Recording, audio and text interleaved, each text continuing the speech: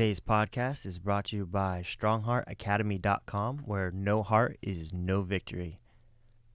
We are also brought to you by BJJ To Go. If you want to build your game and learn jiu-jitsu, go to bjjtogo.com. Third thing we're brought to you by is Rat Bat. Got rats? Want to kill bats? Kill them with a rat bat. Fourth thing we're brought to you by is hot dog flavored water ingredients. If you want to add it to your smoothie, hot dog flavor ingredient. Okay, so what's your name? My name is Nick Cooksey. All right. So we wanted to, you messaged me. Yep. Want to talk about something that happened quite a few years ago about your aunt. Mm-hmm. I've been looking for just different guests, and you kind of came out and said, hey, this thing happened. I want to talk about it. So here we are. Here we are. So we could just kind of, you gave me a brief summary before we started. So if you could just redo that and say it again, and then we'll go from there. Okay. Cool. First things I have to pay a lot of shout outs to some people that kind of gave me some help doing this and putting it together, talking through them. First and foremost goes to my mom, because this is really her story. Yep. I'm going to fix this. Yeah, It's yeah. okay. And another good friend of mine, and I don't want to bring her out just yet, but or make her embarrassed, but she and I talked through this a little bit, and it's kind of been a good sounding board for me as well. So I just want to appreciate that to her and say thanks. But so man, 30 some years ago, in 1987. So my mom's baby sister, my aunt, was murdered. And How old was she? She was born. Hold on, I got my cheat sheet here. When she was murdered, how old was she? She was 27 years old. She's a young lady. Yeah. Yeah. She was, again, my mom's comes from a pretty good sized family, one of 7 kids, I think. And my aunt, Kathy, she was the youngest of the siblings. And at that time, she was married. And Your aunt was married? Yes. 2 kids, so 2 cousins. Man. My cousins. How old and I were the cousins? One is my age. Actually, we're 2 weeks apart. Okay. And she's actually my birthday's. So they were pretty young. Yeah. I mean, I guess if she's 27, they would be pretty young. Yeah. So trying to process all that stuff over the years, every time this time of year, which late September is the anniversary. Actually, middle. Sorry. It was September 16th is the date of her death. Last week? Yeah. So last week came up, and it was weird, because I was sitting at work and things kind of hit me, and I was like, I feel like I was forgetting something. And then my brothers and I had a group text or whatever, and then one of us looked it up, and I was like, oh man, I says, Aunt Kathy's stuff is next week, or tomorrow. Sorry, not next week. And then we're all like putting together like, oh yeah, it is. And then the next day we ended up talking to our mom, as we always do, and then she brought it up, and my siblings and then my mom's siblings, who are still around, we trade stories and kind of talk about the good memories. Okay. And then just like how we've progressed as a family. Yeah. Because I feel that's a hard thing, dealing with tragedy that doesn't really get talked about a whole lot nowadays. Yeah. It's something that I don't really share about myself a whole lot to a lot of people. And I think when I tell them that, they get kind of surprised, where it's like, you have something tragic affect you so close, and yet you're kind of removed from it. And then all of a sudden, how it comes in stages over the years, whether it's a lot of time or a short amount of time. Bubbles up a little bit. Yeah. Yeah. So, and one of the things that's been kind of absolutely amazing is to watch my mom just grow as a person through this. Yeah. And then share those experiences with, her kids. And then watch her fight through some of the things that she's had to, and then be honest about it. Because to me, like, that's just pure inspiration. I love that woman more than anything. So Yeah. and I'm trying not to get emotional, because it's my mom, So Yeah, for sure. So I appreciate that. But so I'll just kind of go into the details of what happened. Okay. So this was in the middle of a small town in Missouri, back in. And you were in Illinois. Yeah. So I'm born and raised in the Midwest as Yeah. well. Most of Yeah. our family's still there. Yeah. My aunt was living in Missouri at that time with my uncle and my cousins and stuff. So we were spread out, but not too far. It's, a half a day's drive or whatever, from where we were at to everyone else. So But so she was coming off work late at night, about 9, 10 o'clock or whatever it was, and she would get a ride with her father-in-law at the time, who was taking classes at a vocational tech school. So she would come over there, meet him at the tech school, and then ride home with him. And then, that was kind of their routine. So her father-in-law at the time got out of whatever he was doing in the class and noticed that she wasn't there. And he was like, well, that's odd. So he went back and I think scoured the area a little bit, looked at the local restaurant, which was right around the corner, which would be another place that they would meet. And she wasn't there. So one thing led to another. It was a little bit of panic. And then a sheriff's deputy was actually driving by the college and saw lights down in an area where there was normally no lights. So for whatever reason, he stopped. Lights down? Lights down in the room. Sorry. Oh, in the okay. building. So You late saw at them night, lights there, but that yeah, aren't usually on. Yeah, right. Okay. So he stopped and was like, "Well, that's weird." So he just does a welfare check around because it's a college, whatever. So that's a good cop. And Yes. so he goes. They actually go in the building, and he runs into my aunt's father-in-law, and he's like, "Hey, I'm looking for, my daughter-in-law. She used to be out." And he's like, "All right, let's go take a look." So they go down, and they find her purse in a hallway, just by itself, and so that was kind of odd. Yeah. So he's like, well, I don't know why she's not here. This is weird that her purse is here. And so then they basically go check classrooms and couldn't find her. So more people get involved in the search. And then as things progressed, they go to it was like a Votech school. So I don't exactly know if it was like a true college or kind of like a automotive place or whatever, but it's a combination of something with a campus and like a tech shop in it. So they end up going to the tech shop, and that's where they found her body. She was actually strung up in a engine cherry picker. So her arms were bound behind her back. Sorry, it's kind of hard. And her legs were extended and shoulders were up, and so she was hanging from the neck in the actual cherry picker. And she had a boot print on the back of her blouse, apparently. So that was probably the most difficult thing hearing out of the whole story was like the details of that. How? Yeah. The how, yeah. So she was basically strangled and bound, and I don't think she was assaulted for any of that. It was just a pure choking and strangulation to death and all that. So I was probably 7.5, 8. It was about 2, 3 o'clock in the morning. It was really early. I remember that. Phone going off at the house. Which again, back then, if the phone went off anytime after 10 o'clock. Oh, something's weird. Yeah. Yeah. So again, parents jump out of bed. For sure. And of course, we always think, oh, it's my brother sneaking in. It was kind of a joke because, he used to often get caught. But so the dad grabs the phone and he gives it to my mom. It was her sister, my other aunt. And so my brothers and I kind of gravitate into the kitchen, which is where the phone was at. And then we just see my mom just collapse. Yeah. And then the weird part is, I think where we kind of knew something was wrong is our dad looked at us and he says, he told my brother Josh, and he's like, go downstairs and play Nintendo. And we're like, it's 3 o'clock 3 in the o'clock morning. in the morning, yeah. But he was just like, I need something because Yeah, you got to get away. You're not. so that was like all we knew. We just knew something was bad and Mom was sad. So a couple days go by and I'm at school and I grew up Catholic, so we always do prayers at the beginning of school, and so we're doing our morning prayers and everyone's raising their hand who they want to pray for or whatever, and then the teacher looks and she says, yeah, we'll pray for Nicholas's aunt. And I was like, at that point, I still didn't really know what was going on. I was like, yeah. Okay. Yeah. So that was kind of strange for me to kind of process that, okay, something's going on. Yeah. And then I come home and I says, hey, did something happen? I says, we prayed for my aunt today. I was like, what happened to my aunt? And at that point, Mom still wasn't able to talk. Yeah.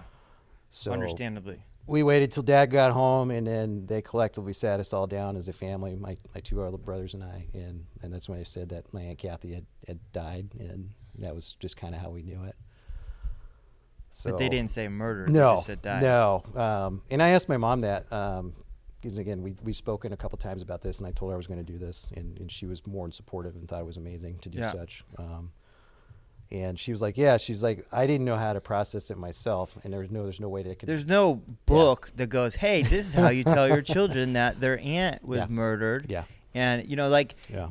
I don't think there's a book now No. that does that. No. There's no, this is totally off topic, but I Sure. remember when my son was born, I was like, I don't know what we're supposed to do. I'm like Yeah. staring at him, like, Yeah. there's no, Yeah. there's kind of books, I guess, but like, I just felt like so lost. There's no like manual here. Like, what is Yeah. the procedure here? What am I supposed to do? Yes. And there's certain things in life that's just not.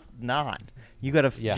you're gonna just kind of wade through this and stumble through it and try to get through it as best you can and do the best you can. Yeah. And I wouldn't know how to tell my children something like that if one of their if their you know, aunt or uncle, you know, even passed away, Yeah. let alone murder. I have no idea how I would do that without, Yeah. It's.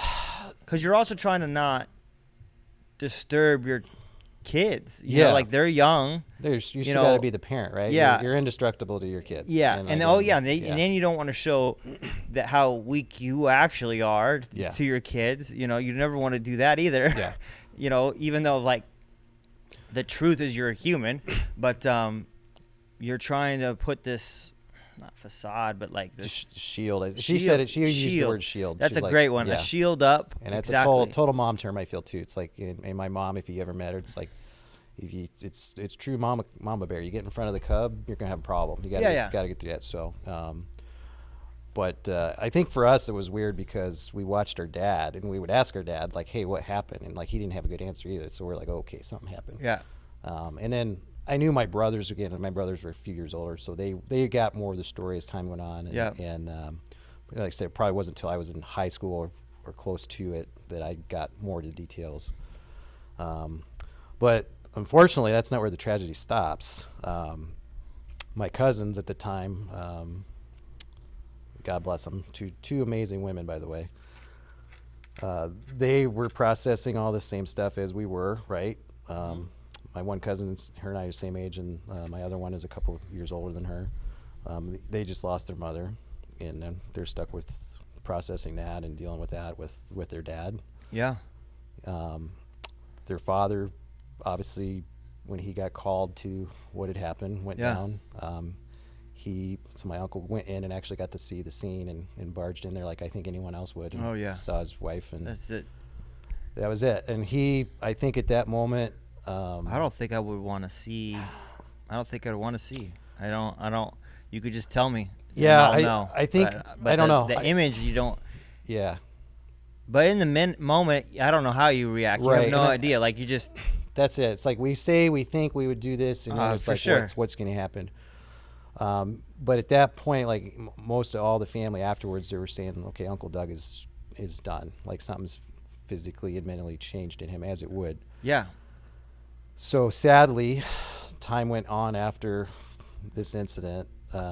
He got in an automobile accident with some other people, and he had a debilitating TBI and physical and mental What's injuries. TBI? Traumatic brain injury. Oh, treatment. Okay. Yeah. So he basically was in the hospital forever, and then not the same physically and mentally after that because Yeah. of the car accident. Mhm. And then tragically, someone actually was killed in that car accident as well. Okay. A friend of his that he was out. And they went through dealing with that. I think they were I think it was drunk driving, things like that. I don't want to speculate, but I've heard that. So here's my poor cousins now compromised with both parents being out of the loop. Yeah. That part, I think, was probably the hardest thing that I remember growing up. Not to put my mom to the side or anything, but it's just like my cousins were my age. And they're Catholic too. We're all Christian. Most of my family is Catholic. Yeah. But pretty much we're all people of faith, but Christians and all Yeah, that. but that tests your, like, why are you Yeah. doing this to me? Why would Yeah. you? Why is this okay? You know. Yeah, and I'm gonna say, like, I talked about that with my mom a great deal. Yeah. Because again, like, my mom is she's a warrior, and I says, how did you process that? We grew up in the faith. Yep. And everyone's kind of got that meaning of what faith is to them. Yep. And her exact comment was, I'm just gonna say it. I was fucking pissed. Yeah, you're mad. Yeah. And she goes, I was pissed at everything and everybody. It didn't matter who you were, what you did. Yeah. And that was a long, long time. Yeah. And my mom struggled with a lot of stuff, addictions and things through her life, and all of those things, emotional traumas. It's horrible. Yeah. And so we would talk about how would you Coping is cope not, with that. Yeah. Again, there's no manual on Yeah. coping. I mean, I'm sure there's some books, but I don't know. Like, I think everybody's got to deal with it differently a little bit. Yeah, and keep in mind, like, this is 1980s. Yes, you know, which mid-America. back then is more like, suck it up. Yeah, I'm from a town of 10,000 people. And, Yeah. and again, you grew up and lived in the Midwest in small towns, and we've had this conversation, so you kind of know what I'm I didn't grow up in small. Oh, I I grew up here. I have family from DeQuoin, DeQuoin, Illinois. okay. Yeah. I have family from So small you towns. kinda get My what I- parents yeah. are from small towns. Okay. Yeah. I grew up in Phoenix, and, you know, Phoenix when I grew up was smaller. Right. It was 250,000 when I was here. Yeah. Now it's like 8 million or something stupid. Yeah. But, so it was like a large city. You know what I mean? Like a small, large city. But it was still not like it is now Yeah. or whatever. But I didn't grow up in that small town or whatever. But I did Yeah. grow up in the 80s. So, like, it was still the same Yeah. concept of, like, hey, we don't talk about our feelings and, like, just Yeah. figure it out. the, And the just suck it up, resources you know? from there to now, obviously, it's way different. technological and things, it's different. Yeah. And, you know, I asked my mom, I said, so what would you do? And she said, a lot of times I would just do stuff without you guys knowing. And, you know, I was crying or just being shut off. Yeah. And there's days where we just know that mom's not having a good day. Yeah. And then there was times where you'd watch dad try to just do something, and we'd watch fights, arguments, however you yeah. want to say it. And my dad, also an amazing human, he'd just be the rock, man. He'd just take it all because he just, Yeah. you know, it's what you signed up to do without knowing you signed up to do it. Yep. Then we'd have like family get-togethers, cookouts, and that was rough. And that was the other thing she brought up, which again I never knew this, but and I says, why were cookouts so hard? I mean, obviously we knew Kathy and Doug weren't going to be with us because of her being gone, but it's like we knew my cousins Jenny and Amy. They were staying with other family at the time while this was going on, and so we knew we weren't going to be seeing each other for the get-togethers and all that. And you know, my grandma would always have everybody over and tons of food, you know, the typical stuff you do. Yep. That was forever changed, and it was just rough because it's like you go to the holiday season and people were missing, and it wasn't It because was happy. It wasn't a happy Yeah. time. It was more of a mourning time. because You get to visually see the people that Yeah. aren't there that were there. Yeah, and one of the things my mom said, she says why she kind of shut down and avoided a lot of that stuff was like 2 weeks before my aunt's death, and we were supposed to have a family get together at my grandma's, and she and my grandma had a argument, so she didn't go. Yeah. And that was the last time that she would have saw her sister. Yeah. And I never had known that 30 plus years. And she shared that with me last week when we were talking about it. She says that was probably, she goes, I don't want to use regret because now I've had time to think about it. But she's like, that's just the stuff you don't know that you want Yeah. back. And then she's like, you know, it's my sister. She's But like, how many times, in someone's life have you had an argument and they left the house and they came back? Yeah. You know, it's like you don't. You take it for granted is where she was going with it. Yeah. You know, and It's you would. If you thought that way, then every time someone left the house, you would say all the things that you wanted to say to them when they left the house. You say, "I 100%, love yeah. you." Yes. You know, I'm so happy to have you in my life, and you know, like you would. It would be it would be hard to get out of the house because all you'd be doing would be like telling them how much Yeah. you love them and Yeah, how of sappy it all course. would be. It's not reality. It's not the Yeah. way it's gonna go. But for sure, that's not the way you want it to end. The Yeah. last time I see someone in a negative way, Right. you know, but that person wasn't thinking about that. It's only you, Yeah. the person that's alive, is still thinking about that. Yeah, and you know, the person that passed away, that's not on their mind or yeah, whatever. no, it's not. It's just like you're in the moment for the moment, and Yeah. whatever it's good, it's bad, and you know. Did when you guys would get together, did you guys have a big table that you sat at? Yeah, well, it was generally always somebody's house. It was either my grandmother's, Okay. and so like, and again, it was a big family because lots Yeah. of cousins. So and is kids, this everyone's kind of seated everywhere? Yeah, then? it was the Okay. traditional. I mean, picture the typical Midwest buffet. You go over here's Yeah. where the main things, and usually cookouts in the backyard. And then my grandmother would be making pies. Or always something. Yeah, It that's was how our family was. fantastic. Yeah. Sometimes though that you'll sit at grandma's house and then there's a long table. Yeah. And everyone kind of has their seat where they Yeah. sit. I was just curious if there was a place where she sat and then you look and she's not. My mom's family was like pretty. that. We were all social butterflies, and again, a lot of my cousins and all of us, we were all pretty close in age, and so it was like Get the your moms food, and the get dads. your food and scatter that's out. it, Yeah. 10 of the kids, and then you wanted them to get tired so they'd go to sleep. Yeah, for sure. Yeah. So, but it's weird because, like I said, it was her sharing that moment about not going to that cookout that one time, and I said, what's strange? I says I remember vividly the Christmas prior. I says, Aunt Kathy gave us all pillows. She made these little pillow men, and I said I remember that like it was yesterday. And I says, this little square pillow guy was a big thing in the 80s, kind of like back in Cabbage Patch Dolls, and things like that, I'm dating myself, glowworms. Glowworms, glowworms. No, I you know what I'm talking remember. about, yeah. So, and I'm like, I still remember sock getting that out, monkeys. yeah.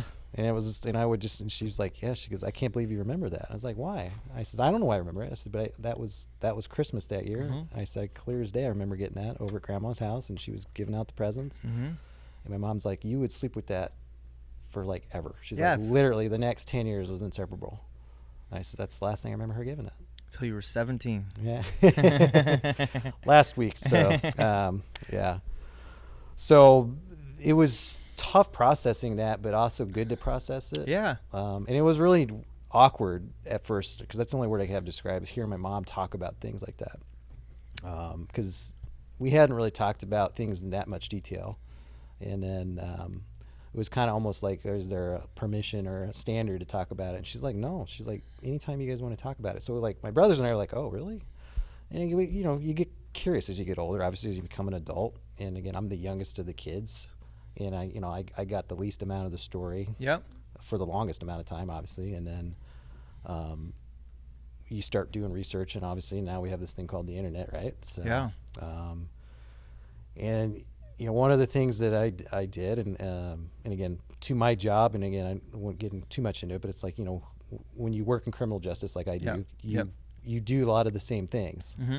When you apply it to yourself, though, in a tragic situation or whatever, you have the same questions about the same things, and the emotions, I think, get attached to it.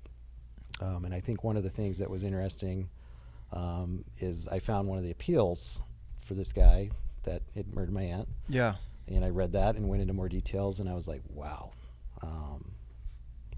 It was rough reading it, because it described 100% what had happened.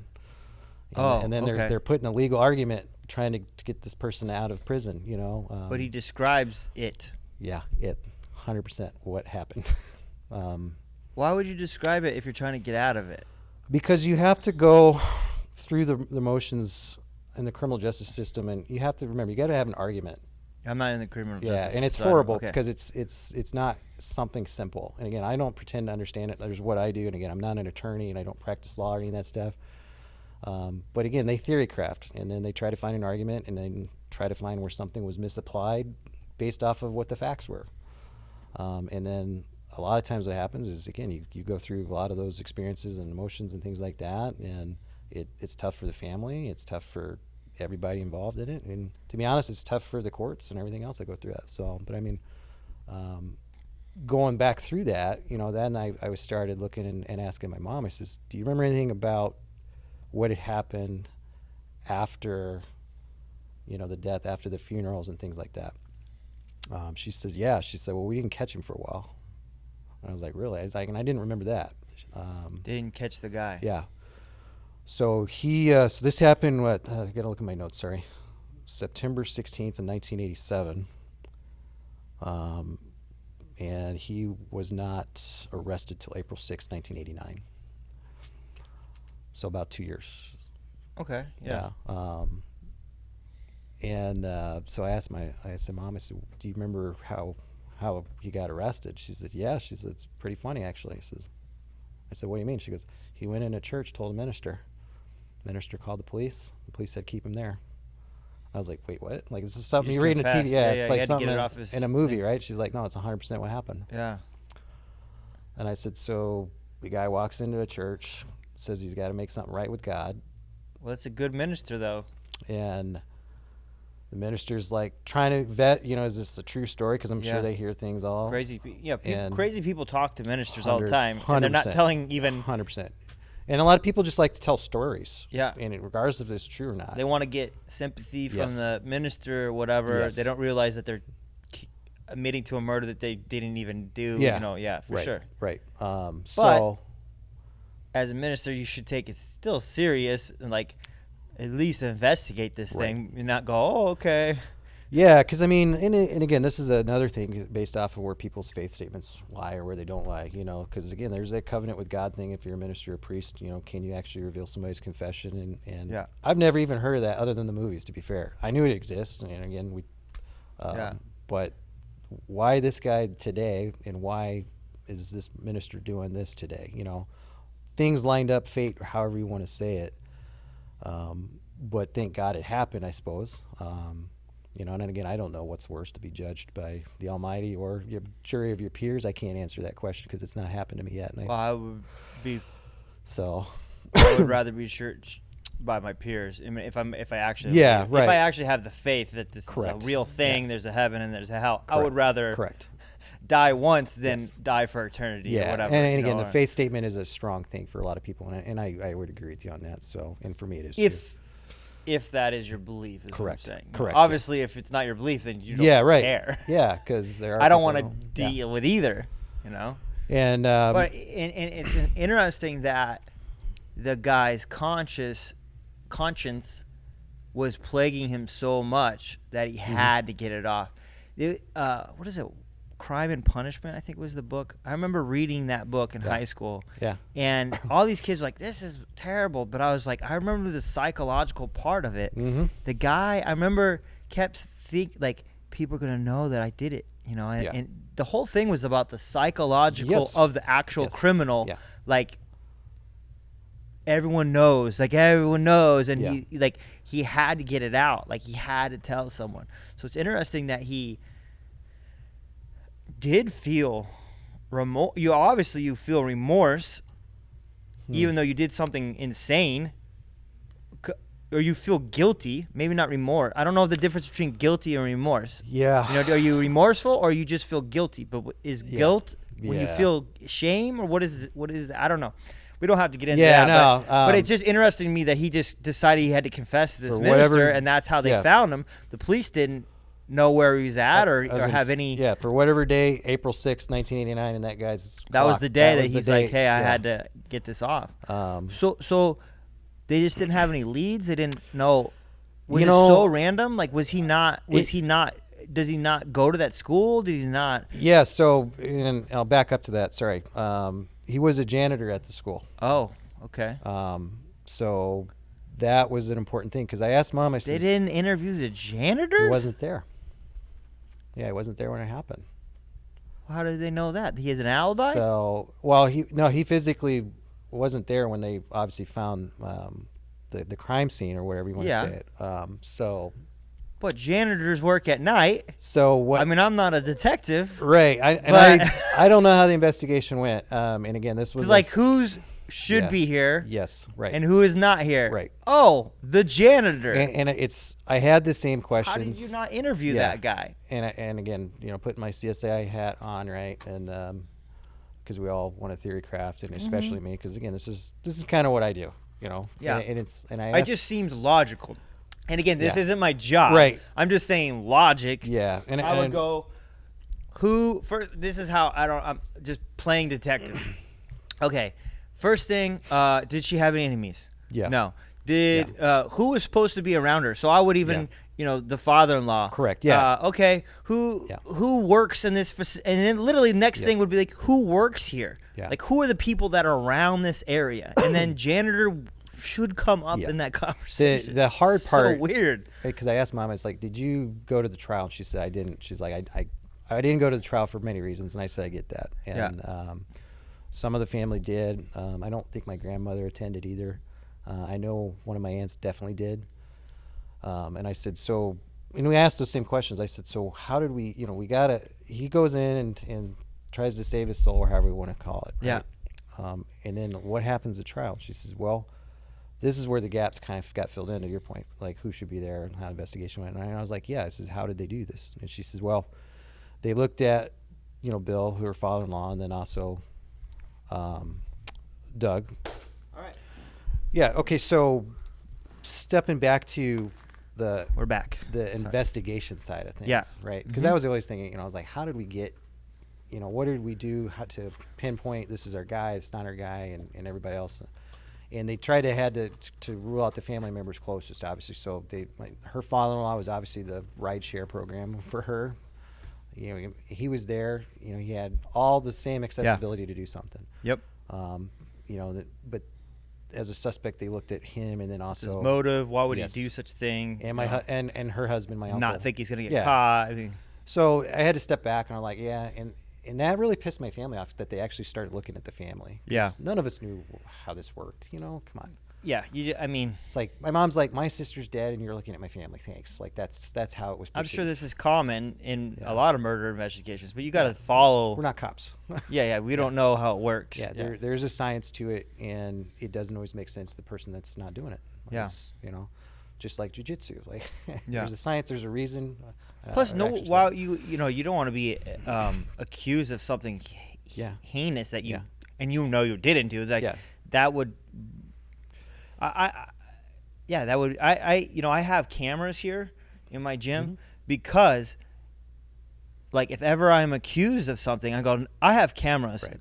Yeah. and I'm like, feel free to look at Yeah. them because that Yeah. never happened. Yeah. And because I'm always like, I would never want to be accused of something, and then it's just my word versus yours. Yes. Then I have a good reputation, so maybe that helps. Yeah. But if it's a prosecutor that's just needs to put people in jail, like, I'm sorry, Yeah. I that's not good evidence for me. Is like No. my word. So I have cameras for the specific Yeah. purpose that if ever I'm accused, I can go, I got cameras. Yeah, and again, a fact pattern's a fact pattern. You can't change that. And one thing I will tell you about the legal system is you and I don't choose the facts. The jury gets to do that. Yeah. Jury decides what's a fact.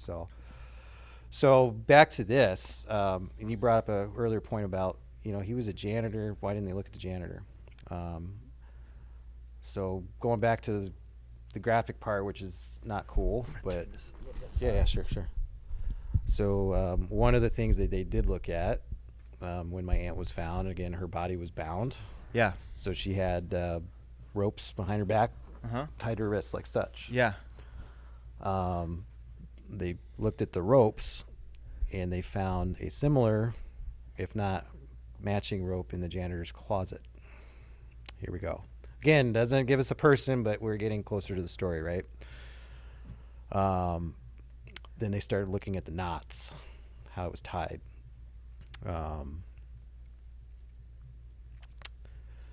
The defendant's ex-wife actually testified at the trial that she saw him tying knots or similar bounding type ability to do such. Like just practicing knots? Yeah, I don't necessarily know much about this guy. And Like I could see if I'm okay with that, but if like, hey, because there's I mean, knots are very specific. yeah, Like, and it's like a certain type of knot. Yeah. And if you were like, oh yeah, he was a Boy Scout. Oh yeah, he was in the service. Oh yeah, he was a sailor. Yeah. Like, okay, that makes sense why that guy knows how to do, because Right. a sailor will know how to do that kind of knot. But, I mean, I'm not So gonna I lie. don't Like know. where we're from in the Midwest, Yeah. like people do like Stuff. They do stuff, Yeah. and it's not. I uncommon actually for I bought a to get nap that. for knots because I was like, maybe this will be fun. I was like, Yeah. I got so frustrated. I'm like, I'm not gonna do Yeah. that. But just for fun Yeah. So to pass time. we had two things that were really unique that surfaced later, which was again the rope material was the Yeah. same, and the patterns and the knotting that were matching how my aunt was bound. They found that out after he confessed. That part I don't know all the details, and I'll be Because fair. again, I would go back. Yeah. You found the knot. You found the knot or the material. Yeah. It was in his place. Yeah. Why wouldn't you question the guy? Yeah. Once you found the material And in his. I think they knew this, but again, they didn't necessarily know where he was at, and I don't know if he fled. I really don't. I didn't ask Yeah. that question. I should have, because again, there was like almost a 2-year gap. Yeah. So once he was arrested, and he did confess, And then when they went to trial, because they went to trial, obviously, his ex-wife actually came in and testified to that. And I was like, wow. So they had that information, obviously, when all this stuff happened. And my mom was like, she heard this secondhand, obviously, through my aunts, and she was like, yeah, his ex-wife at the time basically said, look, I've seen him with ropes and doing stuff like this. And I don't know if it's 100% the same, but it was kind of unique to notice. And I didn't really pay much attention to it, because why would you, because you didn't have reason to. And then other situations came up, and this guy was a relatively younger guy too. I think he was a couple years younger than my aunt, to be honest. Oh, okay. So he's a young kid too, in his 20s. Jeez. And he made remarks apparently to his ex-wife when she was testifying, that he basically said that he always thought he was strong enough to kill somebody, manually, like strangle him, and he would talk about this, and I was like, what? And I'm like, Jesus. That's a weird thing to say. Yeah, and like, again, I mean, if you're a man, any man should be strong enough to strangle a woman, but it's not Yeah. something I talk about. but to you know just what? say someone, I think I could. yeah, That's a weird thing to say, for sure. yeah, it's that was weird, and I'm just sitting there listening, and it's tough hearing my mom talk about this, but like she's talking to much like you'd be explaining, like Yeah. how to take the back, get your hooks in. Oh, geez. She's Position. very matter of fact. Yeah, and I'm just like, hearing her go through it, But she's had a long time to Yes. process it, long And- time to think about it. and I really respected the way she said it, because she's like, it was kind of black and white, and here's what's not, and went through the matter of facts of it, because I did all of that stuff. She said, I processed all this stuff the right ways, the wrong ways, and any ways. Always Yeah. trying to find something to make it simpler, and it wasn't. It was just, this is what happened. Yep. So his mother-in-law apparently also gets on and testifies to the same thing, basically saying that he had made remarks about being able to restrain and kill somebody. And I'm just like, Jesus Christ. So I'm like, here's two of his family members, right? Females at that. One that he's married to, and the other that gave their daughter to this dude. Yeah. Describing this guy. And then here I am listening to my family, my mom, tell me what happened to her sister, the same way that they're basically saying this is kind of what was going through this guy's head for whatever the hell reason. And now it's, it actually happened. I can't even imagine. I do jiu-jitsu. I mean, you Yeah. do jiu-jitsu with me. Yeah, I yeah. do jiu-jitsu. Yeah. I've done a long time. I'm Yeah. a black belt. Yeah. I can't imagine telling my mother-in-law, which I see all the time and talk to, I could kill you, or I could Yeah. kill, like, Yeah. I've never had that conversation. Just have it in passing in I general. assume that it's Yeah. assumed that I could do Yeah. that, but I've never Yeah. stated that fact. It's so weird and like, creepy. This is one thing, and I just segue this in for just my own psychological beliefs, but it's like you and I both know if you wanted to hurt somebody or incapacitate somebody doing grappling, you can hold on to a choke, and guess what? It's going to happen. Yeah. They Right. tap and you just don't let go. But we don't actively discuss how we're going to do this in public forums all of the time. It's not- and then advertise it as an ability just that's don't- marketable. And I'm just like, shit. I enjoy jiu-jitsu and I do choke people, Yeah. but I don't it's not something that I brag about. Like Yeah. I don't Yeah. tell my non-jiu-jitsu friends, I could kill you. Like Yeah. No. why would I do that? Yeah, Like it's no. not why I do Nobody says jiu-jitsu. that. Yeah. It's so weird to me. And obviously someone that doesn't even do jiu-jitsu, he's just a man. He thinks that he can. Yeah. So it is very creepy and very weird. So, So it sounds like premeditation. Yeah, Something he's been thinking about doing. Yeah. He's been Yeah. thinking or fantasizing about yeah, no, doing it's- this act. all of that stuff is, the pretenses and all that's coming into play. So, and again, once we got through that and the janitor stuff and the knots and the rope, and my mom says, well, she's like, do you want to hear some more? And I'm like, I'm comfortable hearing as much as you want to share. You know what I mean? And it's like, she's like, no, you're fine. And so she says, he didn't just take my aunt. So what had happened is my aunt was at the diner where she was at, and then she meets her father-in-law over there. She went down to the basement to get a soda. It was like Yeah, a soda machine. Yeah. And so he saw her. He took a board or something, whatever. We don't really know, stick, rod, bat. And he struck her over the head. Okay. And she started screaming, apparently. and nobody said anything. And then again, that's where the purse came. She dropped the purse because he struck her over the head. She drops the purse, and then he drags her away to the engine shop, bounds her, and then manually and basically physically strangles her. Did he use gloves?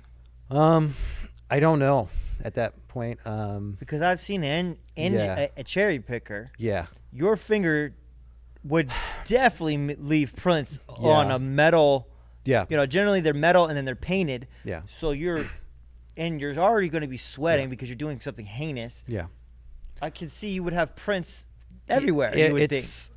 I mean, I guess if you work there, you can't. When were these prints there? I don't know. And again, like this was the tough part because my mom going back and playing the stuff to me through her head. She was like, they interviewed like the kids that were still there taking other classes and all that, and people said they heard a girl scream, but because of what it is and the background, they didn't think anything of it. And she's like, and that was another thing that she's like, nobody liked hearing that because it's like, just how could nobody say anything? Yeah. And I don't think anyone saw him actually take my aunt from point A to point B. Was it far from where the Soto? That part I don't know. I'm assuming. I mean, it had to be a decent distance, but my guess is he probably had. What time enough of night is this? This was like 9-10 o'clock at night, so it's pretty late. Pretty late. So for a small town, it's late. So you it's think really about. late. You're out in the middle People of the are usually home around 8. Exactly. We're so about getting ready for bed by 9. He probably knew when people were going to funnel out. Yeah. He did his deed. But you said there were some people in classes, though. Yeah, probably coming out from whatever the last night class was. Okay. And again, whatever that was, I don't know. That's crazy. And there's still people around. Yeah. And again, like this was just infuriating because it's like, you're always looking. They did nothing. Why didn't you say something? Why didn't you? And again, it's the hindsight's 20/20. Yeah. If we only knew, right? Yeah. So that goes on. And then they see, like I said, the purse drops. So now they've got the story why the purse is where it's at. They've got the story why the ropes from the janitor closet matches that. And then she's like, she didn't actually die from a head trauma. She says the actual autopsy was basically compressed neck and manual strangulation possibility. They couldn't really determine, but it was basically, a choking. And then they couldn't really say if it was happening while she was in the engine picker, whatever you want to say, but he mounted the body in such a way that was weird. But also the fact that she was incapacitated. Kind of ritualistic. Yeah. She's like... Yeah, because again, posed. She's like they posed her. Yeah, they made a pose out of her, which is to me that's kind of. I mean, I'm just gonna say it's fucked up. I don't care who you are. Premeditated too. Like if I was gonna kill you, I got mad, I killed you, and then just leave you there, and your body would fall. He's doing this again, like I would say, almost like a ritualistic type of thing, like like he fantasized about this. Yeah, it's crazy, man. And so then they found the other item, and again, I'm going through this because it's just interesting, but also tragic. But it's important to talk about how to facilitate all this, I feel, because this is what actually happens. This is what happened to me and my family, and this is what happens when victims of crimes happen and things like that in the criminal justice system, however you want to say it. But she had the footprint on the back of her blouse. Yeah, I remember you said that earlier. And that came into play because they actually matched it to a shoe. Again, and it's frustrating. This is like driving me a little bit crazy here because you would think, oh shit, this is exactly how I do it in the order that I do it. Well, would you? And again, it's so easy to do that. Did I tell you when they broke into my gym, and I have them on camera, right? And the guy broke the sheetrock, and he steps in the sheetrock, and it's a perfect, I mean, like almost fake print. Yeah. I'm like, hey, there's a print. You're gonna take a picture? He's like, the cop looked at me like, why would I do that? And I was like, because isn't this your fucking job? Yeah. And he was like, I don't give a shit. And and I was like, and the same thing when I found my car that was stolen. I found my fucking car. Yeah. And the cops were like, I don't know. I'm like, what are you doing here? Yeah. Did you not do your job or whatever the fuck? Like, I get it, it's a big city, whatever, but you're here. Yeah, and while you're here, let's do your job while you're here. I get it if you're busy, you know, and it took you 3 hours to get here. I get that. I have no problem with that. There's shit you got to get done. But when Yeah. you're here, do your This- fucking job, Yeah, bro. and- And I would expect that anyone doing anyone's job. That's the frustrating If part. you're at Walmart and I say, hey, man, do you have the keys to open up the locker? Yeah. And you're like, nah, what the fuck are you working here for? That's your job. Yeah, It's simple. So this is the same thing with police is like, sometimes I'm like, are you just burnt out? Because if you're burnt out, you shouldn't have this job anymore. You're Yeah. doing a disgrace to the community. And I get you Yeah. have a pension or whatever. Well, then they need to stick you at a desk somewhere. Yeah, And I then mean, ride that shit out. You with- shouldn't be out in the field, bro. Like, Yeah, this because you don't want to do your job. I don't this get it. was small town, you know, America, however you want to say it. And I haven't asked my mom. I was like, hey, I was like, it took almost 2 years to catch this guy. I'm like, do you think, honestly, that this guy would have ever surfaced had you not walked into that church? Probably And she's not. like, you know what? She goes, I used to ask myself that question, and I said, probably not. She said, some days it didn't matter, some days it did, and then she just came to the point where it's like, you know, It happened. it happened, and that's where you come to Yeah. the reality of just happened, and that was on him, like we're saying, you know. Well, thankfully, whatever was bothering him Yeah, so like, compelled him to do that. and it kind of shows too, the human nature is not simple. No. You know, we are No. predictable to a point. Again, you and I, again, when I was telling you what we had for the story, right? Yeah. We're going down the same trail of thinking like, okay, Prince, you know, whatever. Yeah. And Again, I've had yeah. years of watching these shows. Yeah. You know, I'd say like that, in yeah. the 80s, those Yeah. things didn't exist. Yeah. Yeah. We Uh, didn't have DNA technology. And I didn't shit even like know. that, No, like but I we mean, did, like just you the know, simple yeah. stuff. Like I didn't even know what an alibi was in Yeah. the 80s, Yeah. which is the simple thing. Yeah. You know, where were you at when this happened?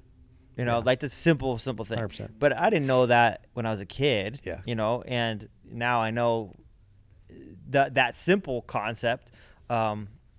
Because if you have an alibi, it's hard to commit something when you weren't there. Right. But anyway, So and it was getting me a little bit. I was like, what? yeah, no, it's simple because we think it's simple in our mind. Like, well, shit, I watched Yeah. CSI. This was done Yeah, in yeah. 30 minutes. What's Yeah. going on? Well, yeah. that's. Yeah. But people like again, it's tough, you know, because you want to get on that soapbox a little bit. CSI is I think, a disservice to the criminal justice system and Yeah. for people getting put in prison for shit that's not even real, and a lot of junk science. You and have to bullshit. look at facts, and that's the hardest thing. And those are shows. Yes. So there's dramatization. Yeah. It's almost to make people feel like the cops can find out anything you do, Yeah. even though that's not the there's only Yeah. science isn't that good. Right. It's good. It's way better than the 80s for Right. sure, but Yeah. it's not like Minority Report where we just Yeah. go, yeah, I know you did it. That's just, but that Yeah. show makes it seem like they can find out anything and that they have unlimited. That's the other thing people don't realize. This stuff costs money. Yes. Costs the state a lot of Yes. money, and someone has to decide how much money they're going to spend to figure this thing out. I think the hardest thing for the family, for all of us, and I can appreciate this Because that's ours. now, is exactly that. And you have to understand anything like this, like a homicide detective is the greatest thing I can think of as an example, because guess what? You're not going to like this answer, but you're not my only case today. For sure. That's why I said However, when the guy came to my When gym, you, I was like, when you yeah, I say get that it. to somebody who just lost a loved one, that's the wrong fucking answer. Right? Yeah. Like my mom didn't want to hear that. Yeah, my but grandma but didn't want to hear that, because it's like you just in a want to small know. town, Yeah. how many murders are there? The point is the resources is where I was getting at. Yeah. Yeah. And it may not be a murder. Maybe they got to do a burglary or whatever. Okay. But the point is yeah, it's like it is a resource issue. It's always going to be a resource issue. And again, my family didn't like that answer. They didn't like having to wait Nobody 2 would. years. Yeah. Even though it's reality. Yeah. And it is what it is. Yeah. So all this stuff comes out to play. The trial goes down. Do they know why the boot was on her back? There's speculation that maybe he was pushing her down To choke. to choke her. I don't know. I can He was tell you. pulling the rope and pushing. My aunt maybe? was like, she was a good looking young woman, and she was kind of squirrely. My mom was like, I bet she's scrappy. She's like, fighting. Yeah, he had to hold her down. and my mom would be like, she's my sister, and she goes, I know how I am. I'm like, yeah, I know. And she's Yeah. like, she probably got scrappy, and she's like, we don't really know. But she goes, I like to think that she did something at least to let this guy know that, yeah, I'm not going down simple, even though that, it is what it is now. But the shoe print and all that stuff. It's just weird how it all comes back into play. And a lot of times, I think, at least in my experience in the criminal justice system now, it's like you get something, you don't know what you're looking at, you don't know if what's relevant or not. Yeah. And then you can fall into the mistake of trying to make something fit that's not there. Yeah. And that's kind of where you're going with that. Yeah. And that's hard because, again, we're humans, right? Yeah. So we're flawed to begin Well, your with. brain is trying to figure it out. Yeah. So you're putting pieces Yeah. in, and then sometimes you can Yeah. have the bias of like Yeah. you want to be right, and Yeah. that's easy to do. So Plus, it's the pressure of getting this thing right. done. You know, Yeah. You've got the family, and plus probably your boss or a Yes. prosecutor or what. You know, Yes. like you have multiple Yes. people Yeah. applying pressure on you to make this work. Yeah. And I could totally see how. You need it. You're trying to get it done. Yeah. You know, trying to make it work. being a victim of a crime is never something anyone wants. No. And like certain places and states do it better, I feel. Like Arizona is a great place in one respect because we have victims' rights statutes that say certain things have to happen. Not every state in the U.S. has that. What do you mean? So, like, for instance, like in Arizona, like if you're a victim of a crime, like your information it's not, shown out to the public, your birth dates, things like that. Like, Good. There's other places where that's probably fair game or there's even to get into that, So that and news there's can always get on. rules and things and exceptions and all that. But for the most part, like, the court processes and things like that, like there's advocating groups here in this state that do a really good job of making sure your rights are protected or That's great. that you are informed when a crime happens, like something so tragic or, less tragic, nonviolent crime. Either which way, it's like you want to be informed. Like, somebody burglarized your house or somebody, stole your car or They'll try somebody to shot contact you. you. Yeah, it's like to know how the process works, to know that you have resources. I mean, like, there's a lot of places that just don't have that still. And Well, that's a again, huge back thing. to resources. You're a Yeah. small town. Yeah. Look, man, I don't have a staff that calls. Yeah, we and did not have that. Yeah, we did not have I mean, that. Yeah. even to this day, I can Yeah. see how you would not have that. Yeah. There's a lot of like The- small municipalities or a sheriff's office, which is like Yes. 3 people. Yeah, and this is And they work shifts freaking in the middle of because it's 24 small hours a town day. Missouri. Yeah. So And I totally yeah, understand. your that. sheriff's, your dog catcher, and your mailman all at the same. It's the same elected Yeah. person, whatever. So, that was the thing I'd asked the family. I said, and my brothers and I would talk about that. Like, what resources did you guys have? And there wasn't any. Like, they No. didn't have that stuff back then. Yeah. And the resource was the family, and it was like, okay, how did you find stuff out? She's like, it was just whoever felt like going down to court I'm talking. and like getting it. And I was like, Jesus. Yeah. And then like it would be that person would need time to process the story because then they have to go tell, the rest of the family. And it's like, and I'm like, God, like, how did you do this for so long? And she's like, I don't know. She's like, some of us went to counseling. My mom, that was, I think, her one regret. She's like, I didn't go to counseling. Mm-hmm. She goes, I don't know why. She goes, I just didn't. She goes, I just did what I did. And then my other aunts, I think some of them did go to family counseling just because. And everybody just kind of processed it different. And I said, so was it easier when you got closer to the trial being over? And she's, I don't think it mattered. She's like, it ended. He was convicted because he confessed, and they had, again, all the evidence was there. And the prosecution did their job, and the witnesses did their job, and the story was told. He got a life sentence with a chance of parole. I believe he goes up for parole every few years. He's generally not going to probably get it. Yeah. But a second-degree murder charge in that state, what the statutes allow. What exactly is a second degree? I don't know what it is in Missouri, because I can tell you Changes. the statutes are probably different per state. Oh, okay. I didn't know that either. And again, usually it comes down to like motive and malice and things like that. And Okay. again, like that's a lawyer's question because I just don't know. Like, it's one thing I don't really get into is applying the law or defining it. Mm-hmm. It's just like certain charges are what they are based off of the fact patterns and what the statutes say they are, and then they're way different for like sentencing and things like That's that. what I said. Like, it It's- seems premeditated.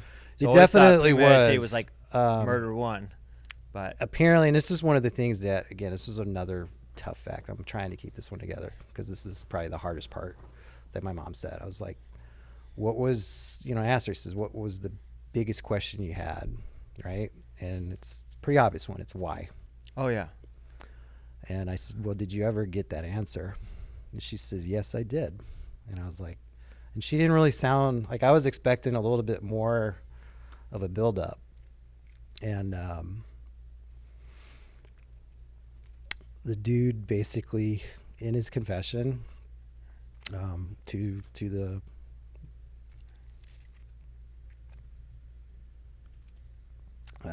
he basically just said he just wanted to know what it was like to kill somebody.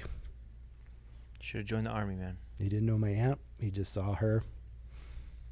And but yeah, it was premeditated.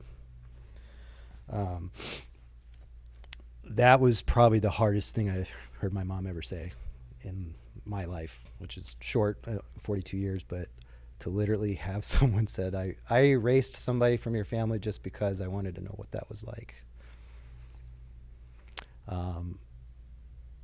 I sit back and I have to think what You would assume when a parole comes up, that is brought Oh up. fuck yeah. Yeah, like, Sorry, hey, but I'm just saying, like, hey, we can't let this guy out No, because he and- obviously fantasized about this.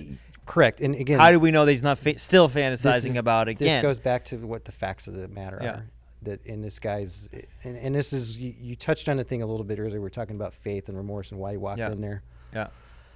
You know, yeah, maybe you do have faith and you did some bad things, but it's like you're a narcissistic son of a bitch. That's what you are. Yeah.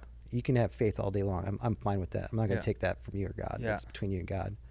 But like, this is what you did, and you thought that was okay, and you still did it. Yeah. You know, and again, like, I have the right and wrong to make a decision in my mind. Yeah. I don't make those types of decisions because I wanted to see what it's like. And so listening to the whole family had to hear that. You know, though. like, the whole family had to hear that. as a man, okay, I've never cheated on my wife, but if like a supermodel came up to me and was like, Mike, free pass, Yeah. free pass. Yeah, right. Here's your, yeah. I have the decision that I can make. Yeah. And I would be lying if she's a beautiful woman, I'm a man, and went, no, Yeah. I don't have that feeling ever. But I still have to make the right decision. Yeah. And it's still on me, even if my conscience is telling me this is wrong. Yeah. And part of my body's being like, you're a man, you know, she's a beautiful woman. Mm-hmm. It's still wrong regardless. You know what I mean? Yeah. Like, so you're having these feelings of like, I want to know what it's like to murder someone, but maybe you also have the feeling you know that this is wrong. Sure. So then your brain is, Yeah. It's, first of all, your brain is broken because why do you want to know what it's like to kill murder? somebody, yeah. You know, it's more Yeah. normal that a beautiful woman scenario versus like a murder scenario. But I'm saying like both, if you know it is wrong, you know it is wrong. One starts just eating at you, and I think the same people with like lust and they cheat or whatever, the same thing, they fantasize about it too, like Yeah, fantasize, no, like, oh, what would it be like with another woman or whatever, and then one day the opportunity happens and then they make the wrong decision. Correct, yeah. And the same thing with this guy, it was like, oh, I don't know, but he saw her by herself and it was like, oh, this is an opportunity I'm gonna to go, scratch I'm this gonna go disgusting itch the that I extra have. Step. Yeah, I'm gonna go the and extra it's step. terrible, man. And I you know, my wife stays up late at night, and you've been to my yard. I have a huge Sure. backyard. Yeah. And it's near the road too, so that always makes the wall is actually pretty high. Yes. You have to be fairly strong to jump that.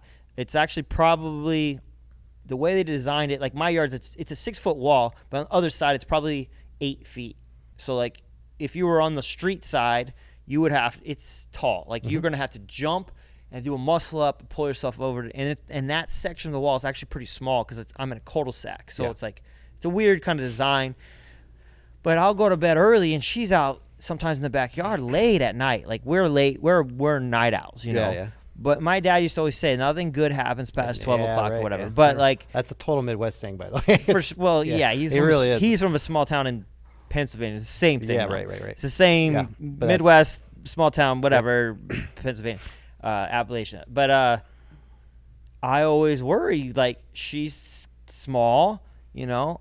Would I hear it? Because it's a big backyard. Would I even hear a scream? Yeah. I don't have a dog right now.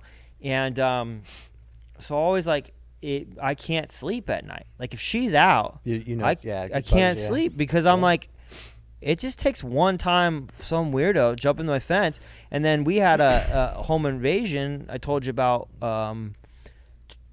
4 blocks away. Yeah, still. That made the news, and Right. they had the guy in the door cam and stuff.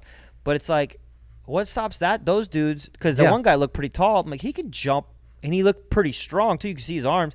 He could jump my wall easily. Yeah.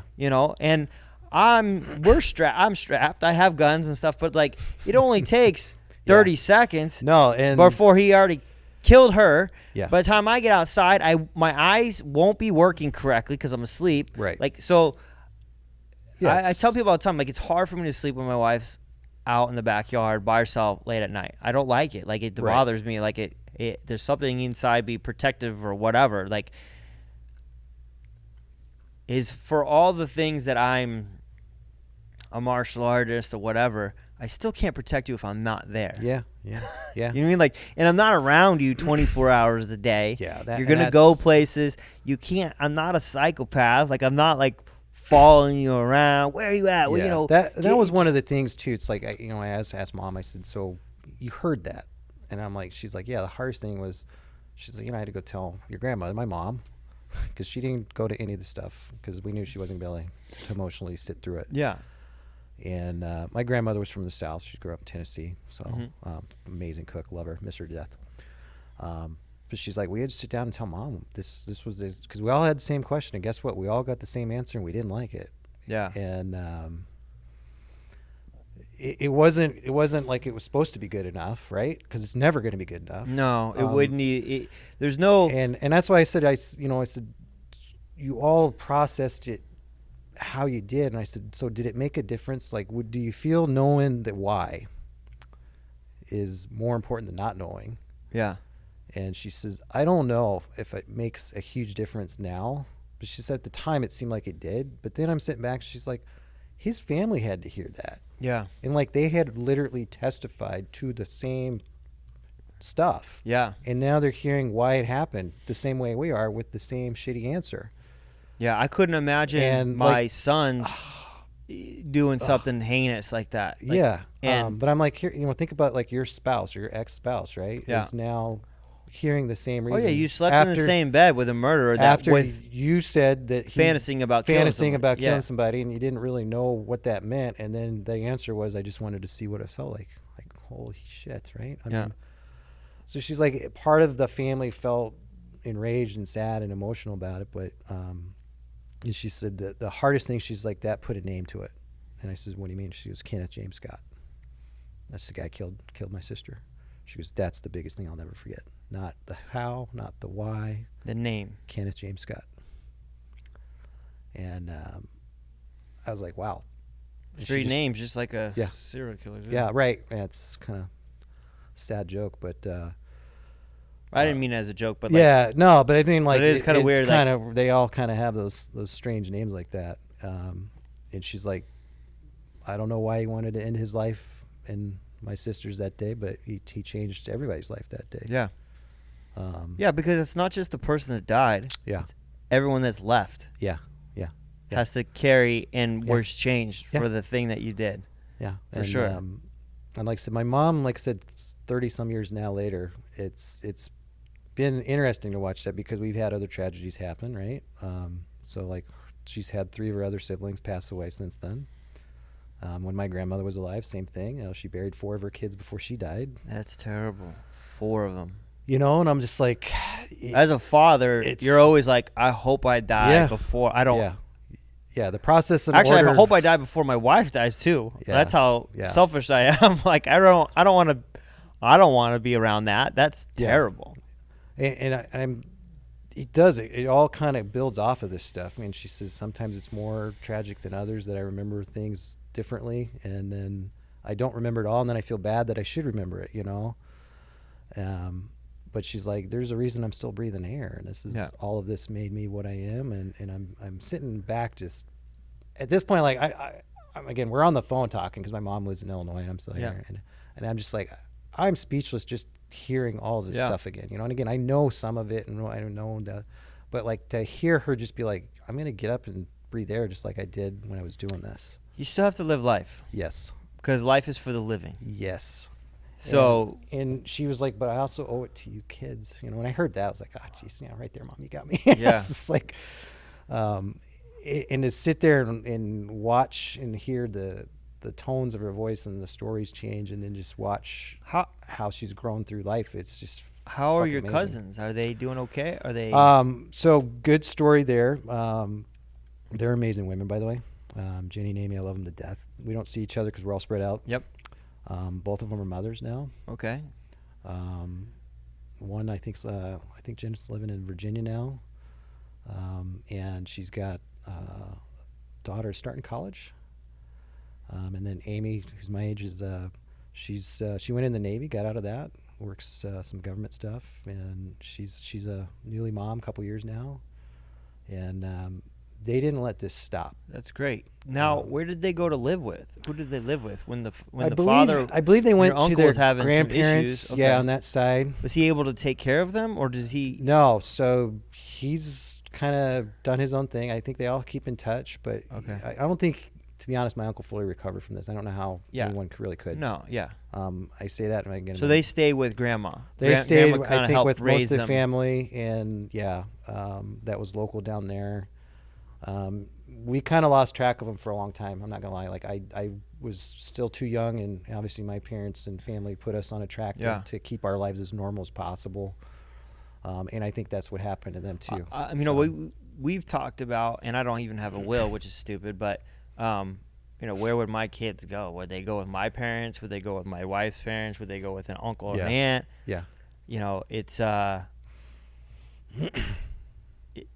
It's that's a tough one. I'm like, I don't know what I would want. Yeah, it's them like because to- no one wants to think of their mortality, right? My in-laws are much older than my parents. They're in their 70s, and then so I don't know if they could even. I don't know how long they have. Yeah. I don't know if they have the energy for that. Yeah. I know they would love my kids. Sure. But Yeah. you want, like, okay, where do they go? I've thought about that more than once. Yeah, like, no, man, I don't know family, how this would end up. Who would be able to I think family just finds a way. That's kind of Yeah. how I answer that. because the other thing is, like, you want the best for your kids. So, like, Yeah. is that the best scenario? What's the best scenario for my kids? Yeah. That they're gonna grow up and go in the Navy, Yeah. get a good government job, have Yeah. kids, and be a productive. Because that's all you want is your kids Yeah. to be a productive part of society and do the best and have Yeah. a great life. So I try to raise them, and my wife tries to raise them to do that. But then when we're gone, if we're gone or something happens, that would be my biggest concern. Like, what's gonna happen for my kids? Like, how are they gonna? And I think listening to Mom tell a story to me is just like, she's like, at that moment, like, everything changed for Everyone. and it's like you just realize the moment. The good news is you had a huge family, so a lot of people can pitch in Yes. and be a part of Yes. the process of, Yeah. they say it takes a village, but it really freaking does. I'm even now I'm blessed that, like, me and my wife, we went up north last weekend, and we were gone for 3 days, and my parents watched my kids for a couple of days, but my in-laws could have watched them a couple of days. We have an uncle and aunt that could have watched them. So, like, it does take a village sometimes just to Absolutely. be around and help Yeah. them and be good influences Yeah. on them. And so that is a blessing when you have a big family, because you have a lot bigger family. Mom's sides were pretty big. We got a lot. There was a lot of cousins and marriages and things that happen, and it's all good. It's just what makes you you. Yeah. It's like your roots are your roots. How you want to grow is the tree, your root that's in the ground. However you want to say it. That's where I think my cousins, my aunts, and my mom is just like they're just strong ass women. But I mean, it's strong ass women. the end of the day, it's good that he was, however he was prosecuted, they found him. Yeah. It's not an unsolved No, got thing. it. I You know think what I that mean? would Like, be that personally. I would think be that really would be hard. The worst. Yeah. Or when someone goes missing and you don't even know Yeah. if they died, Yeah. if they what you have no idea, Mm-hmm. and that would be the hardest. Yeah, and again, going back to the criminal justice system, it's like I deal with law enforcement on all types of things. Yeah. And both sides of the spectrum. You know, it's like the people, the men and women that actually do that job, that are just amazing humans that actually are trying to solve that question and that problem that we're talking about, and still have a normal life, by the way. Yeah. And get up and do that every day. Oh yeah. And don't kid yourself. There's the one that they're gonna get that's gonna bug them. That's gonna bug the cops. It's gonna bug the victims. It's gonna bug the defense attorneys that know what's going on. It's gonna bug the prosecutor. Yeah. And when it's finally ended, it's finally ended. And there is like the closure. And it's kind of weird because it's for all parties. It's not just one. It's not always pretty. There's definitely that. You know, nobody wants to be a part of that system that way. But you don't necessarily get a vote sometimes. I mean, my mom didn't get asked, like, hey, do you want to be part of a murder trial with your family? Yeah. No. Hell no. No one wants to go through that. No one should go through that. But seeing the people that we have that want to actually commit to do that job the right way, for both resolution, law enforcement, and then also for the victims and people of the tragedy, that it's just, there's not many words I can think of for people that are selfless like that actually do that. Oh yeah. For the right reasons. I they're amazing. complain about the police all the time because I think your public service servants should always be pushed to be better. Yeah, always. There should be a higher standard. I agree with you on that, 100%. But this is just what we should demand for what we pay. Like, this is what we pay taxes for. But we also need to realize how much better ours is than most of the world. 100%. Like, because like I've been to Belize, and I remember we watched a show about the weird guy that he moved down to Belize. He was like a internet security guy. McAfee. Yeah. That documentary blew my mind. But one of the things that always stuck out in that documentary is that the Belize police force never has used fingerprints to solve a murder.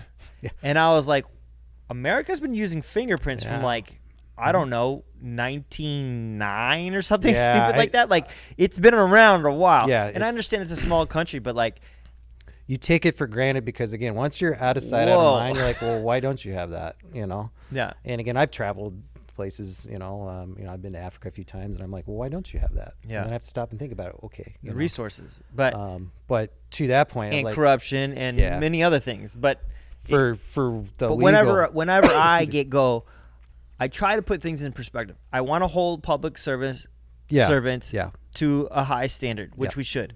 But I also have to give a little bit of grace, knowing that most of the world is not even close to how well we do it. Now, for sure, our prisons are full of a lot of people that probably shouldn't be there, and we have the largest prison population in the world, and all these things too. Yeah. But there's also a lot of people that should be in prison that are in prison because good people did their job, and they worked hard, and they, murderers, rapists. Sure. Yeah. These people should be in prison. Yeah. I don't know what that says about the United States if we have more of them, but we also have a country of 360 million people. We have one of the largest populations in the world. So you're going to have more, and if we have more resources to find the people, that just means that some of these countries doesn't mean they don't have a lot of murder. It just means that they don't have the resources to catch them, and they don't have the resources to or know how to do it. I firmly believe, again, there's more better. There's more good people in the world than there's bad. I really do believe that. And to get on, not to get on the soapbox for all that. And again, there are people that are not good cops, not there's people that aren't good fishermen too, and I tell garbage people, men or whatever. Yeah, you should be held to a higher standard. But also people that are critical of the whole process, I tell them, you know what, go be a cop. That's what my advice to you. Like, and there's a lot of people. It's so easy to be a keyboard warrior. I'm like, then go be a cop. Go be a prosecutor. Go do it better and do it to your standard because that's fine. But don't act like you know if you don't know, and don't say things that you are maybe not educated. I've had a couple people and it's tough. that told me when I was younger that you should do that. You would be good at this. And I'm like, no. Yeah, and it's tough because I don't think I can handle it. You got to look at the burdens and things like that. I feel like I knew or understood the burden. No, I think a lot of people don't get it. Yeah. Like I foresaw, like, no, this is hard hours. This is hard hours. This is hard on your family. and then you got to deal with the things that you actually see, Yes. and to deal with the things that you can't do anything about. You're like, that's a problem, but Yeah. there's literally nothing I can do Yeah, about it. And I'm like, those things would eat at me too much, and it would bother me psychologically way too much. I don't have the sacrifice in me to do that. Like, that takes sacrifice. Like, people don't understand, like, the sacrifice had to be an officer. If you're not a patient person, it's not the field for you. And I'm not a patient. So, No, I'm patient if, like, someone's screaming at me, or I can handle that actually pretty well. Yeah. Even someone swinging at me, I have restraint. But I'm talking about when I go home and the shift's over. Yeah. And leaving the shift That's in I the think street, that's probably the hardest thing. I don't think I could do that. Yeah. No, I mean, me personally, Yeah. I carry stuff all the time. People in the school, you know, for whatever reason, you know, I don't know if it's the position I'm in or whatever, people tell me a lot of things that can be dark or troubling, and there's many things that are happening in the school, even currently right now, you know, divorces, many different things.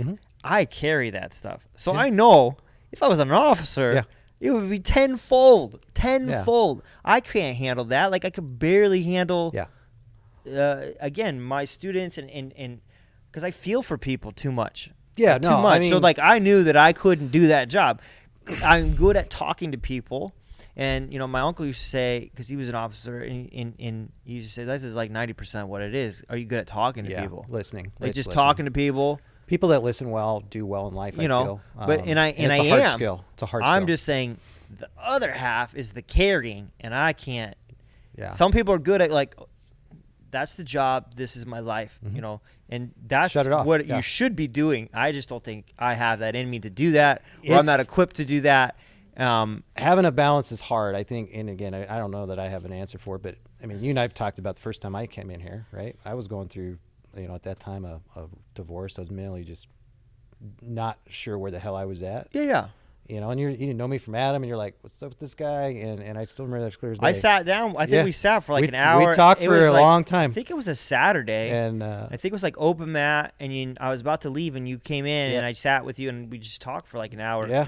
And then I was like, I don't know if that guy will ever be back. Yeah, and yeah, you yeah. were, but and I so just, like I just show up. That was your response, Just though. show Like, up, after yeah. I got done talking and we were trading whatever Yeah. we were trading, it was just like, just show up, and that's what you tell everybody. And I mean, again, that's the first step. I've been here a couple years now, and just show up. Just show it up, applies to a lot of things in life, not just This is jiu-jitsu. true. So This is true. Well, do you anything else you want to share? no, I think that's that's a good it. end, man. Yeah, I appreciate you sharing the story. That's a hard one. yeah. It's a good one, I think, for a lot of people that may not know what's going on with other people. Yeah. And to hold on to things a little bit closer and enjoy the moments. And for me, like I said, the biggest and strongest thing that I've taken away is like hearing this is my mom and I's relationship every year just gets a little stronger. And I'm just blessed to be part of that. It's just being around amazing people that are family, and then I get to call one mom. That's pretty cool. Yeah. So. All right. So. Well, let's end it. Peace. Let me talk for just a second, help me feel that sense of rhythm. Find the meanings in our bearings and discover this position as a stage along the way. Another rung to the ladder, either stalling or you're climbing, and I'd rather be the latter. Instead of getting fatter, let the footsteps resume naturally.